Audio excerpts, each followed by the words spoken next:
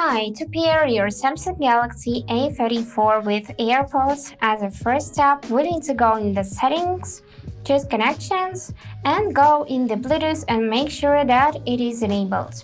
Now take your AirPods, open the case, and find this button on the back part of the case, and we need to press and hold it till this indicator on top will start blinking white like that.